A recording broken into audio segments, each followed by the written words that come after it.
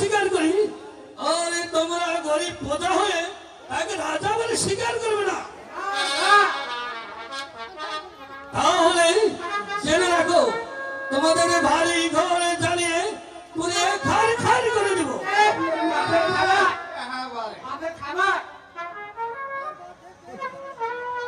তারপরে দেখবেন রাজা বিনা অস্বীকার করার পরিণাম কি ভয়াবহ।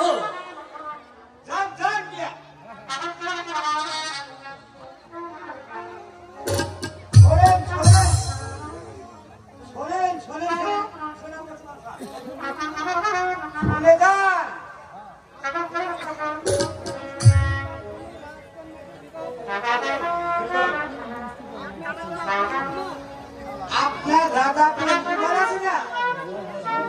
পুনরায় বিবাহ করতে পারে, তবে আমরা তাকে দিব।